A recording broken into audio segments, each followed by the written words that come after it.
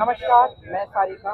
सोनीपत, अम्बाला और पंचकुला 3 निगमों के चुनाव होने हैं। ऐसे में इस चुनाव में जो सबसे ज़्यादा नज़र है वो है कांग्रेस पे, क्योंकि 12 साल के बाद यूँ कहा गया ना कुर्डी के बोर्ड है, तो भी 12 साल के बाद कुर्डी के बोर्ड हैं, संगठन बना है। तो इस संगठन को लेकर लगातार जैसे कांग्रेस तमाम चुनाव हार चुकी है, तो इस बार सोनीपत की मैं बात करूँ चुनाव कैसा रहेगा, और इस चुनाव में खास नज़र पूर्व विधायक सुरेंद्र पवार पर है कि चुनाव जितवाने की जिम्मेदारी भी शायद इन पे है। दोनों शहरी भी हैं, यहाँ पर हमारे साथ कमल दीवान भी है और ग्रामीण सर कैसे हैं? पहले तो बताओ। बिल्कुल ठीक ठाक। आज एक बहुत महत्वपूर्ण दिन है। मैं अभी एक बात सुन रही थी कि महात्मा गांधी के विचारों से इस देश को आज़ादी मिली। बिल्कुल उनके विचारों से ही, और उनका जो शांति और एक देश को एकता करने, अहिंसा का जो उनका वो रही, तो उससे ही आज हमारा देश आज़ाद है। सर चुनाव आ गए, अभी तारीखों का ऐलान होना है, आपका संगठन बन गया है, और मैं जिससे भी पूछूं ना सोनीपत में, मैं घूमती रहती हूँ गलियों में कि पवार साहब देखेंगे क्या होना, आप पे कह रहे हैं।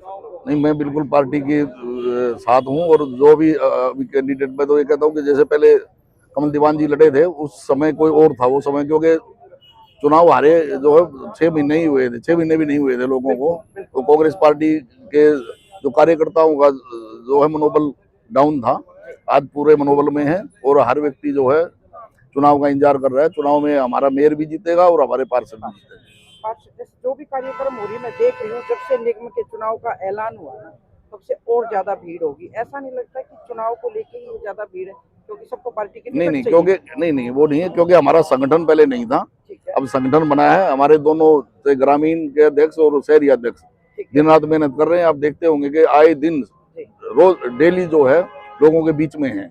मनरेगा को लेके भी कई दिन से मैं देख रही हूँ, आपकी काफी सारी पिक्चर आ रही हैं गांव से, तो मनरेगा का पूरा प्रचार प्रसार बीजेपी ने कर दिया है। वो जिस चीज का नाम बदलते हैं ना योजना का, उसका प्रचार प्रसार और मार्केटिंग भी उनकी जबरदस्त होती है।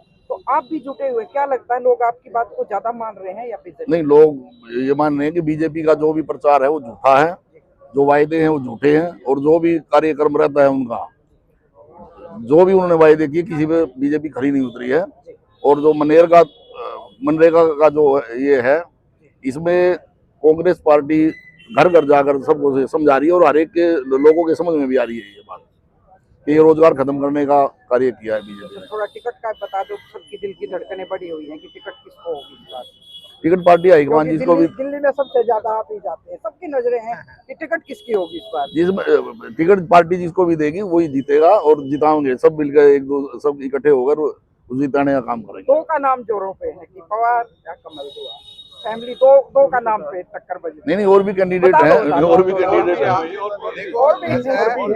जो जिताऊ कैंडिडेट होगा, जो कांग्रेस की विचारधारा रखता होगा, जो कांग्रेस पार्टी का एक सच्चा सिपाही होगा, उनको जो है सबसे ज्यादा जो है प्राथमिकता दी जाएगी टिकट।